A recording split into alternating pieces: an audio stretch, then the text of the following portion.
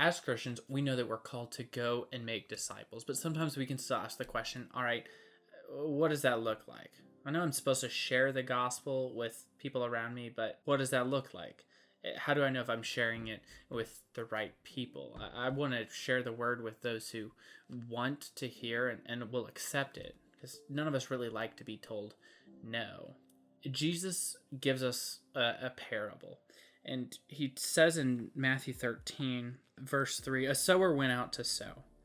And as he sowed, some seeds fell along the path, and the birds came and devoured them. Other seeds fell on rocky ground, where they did not have much soil, and immediately they sprang up, since they had no depth of soil. But when the sun rose, they were scorched. And since they had no root, they withered away. Other seeds fell among thorns, and the thorns grew up and choked them. Other seeds fell in good soil, and produced grain, some 100-fold, some 60, some 30. He who has ears, let him hear. What does that all mean, you might ask? First, let's just understand the context. In this landscape, from an agriculture standpoint, farmers, they'd go around and they just toss their seeds out. Palestine was a really rocky terrain with a really thin level of soil on top. And so that's kind of the context for some of these different soils. There's kind of 4 different kinds that the seeds land on. They land on the path, and the birds come and devour them, or they land on rocky ground and they spring up, and then they're scorched by the sun. And then there's others that fall among thorns, and thorns grow and they choke them. And then the last kind, the seeds fall on good fertile soil, and they produce grain, some 100-fold, some 60, some 30.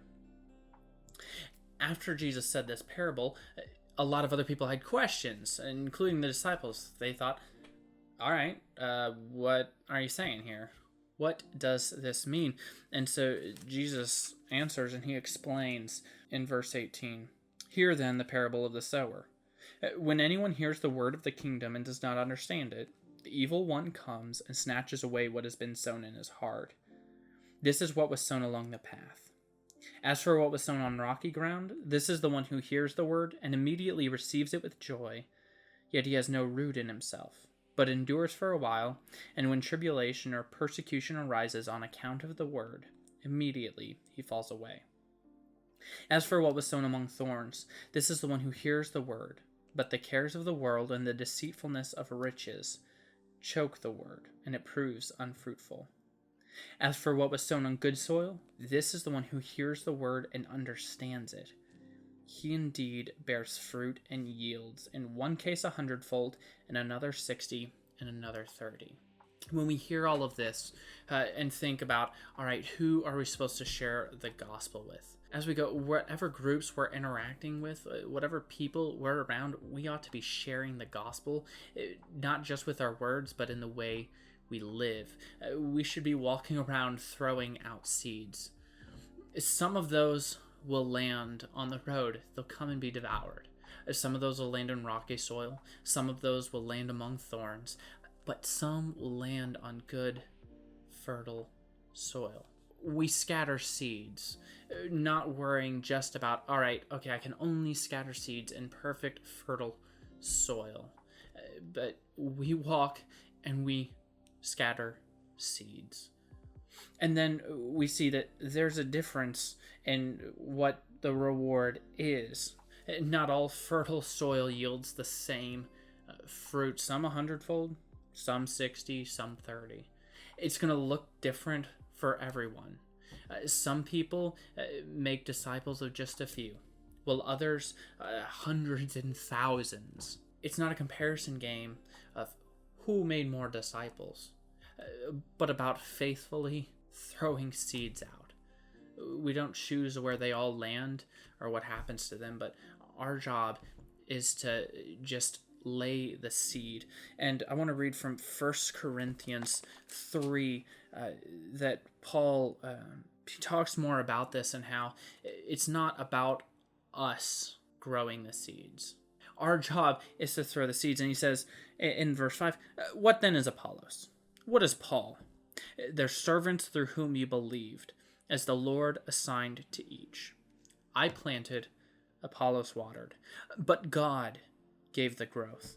So neither he who plants nor he who waters is anything, but only God who gives the growth. A lot of times we want to speed up the process. When we share the gospel with someone, whether it be by the way we live or the words we speak, we want to say, okay, cool, so you're like coming to church Sunday and you're going to live for Jesus forever? And it to happen just like that. And sometimes that does happen, and that's great. We rejoice. But other times we throw out seeds and the birds come and they snatch it away.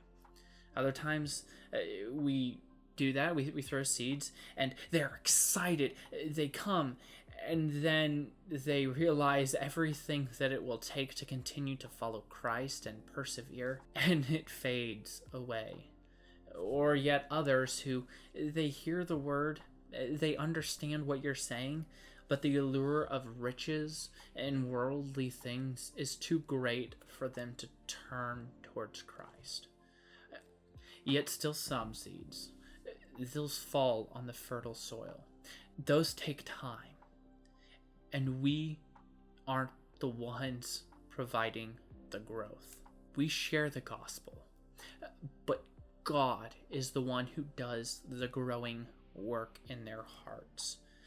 We continue to throw seeds and to water and do everything we can to tend to those on good soil. But it is all God doing the work. It is God who brings the abundance of harvest. Sometimes little and sometimes ginormous. We don't make that decision. Our job is to faithfully serve Him, just as the farmer throwing out seeds. Some will land on the road, some will land in rocky soil, some among thorns. But we rejoice with hope for the ones that land among fertile soil, that he who has ears, let him hear.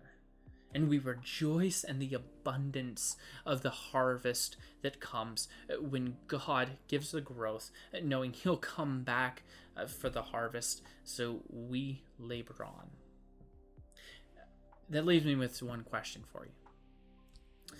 This week, how are you going to go throwing out seeds in all of the little different groups you interact with? How are you going to share the gospel every day of your life, even when it seems like you're just walking along the road or among rocky soil or among thorns?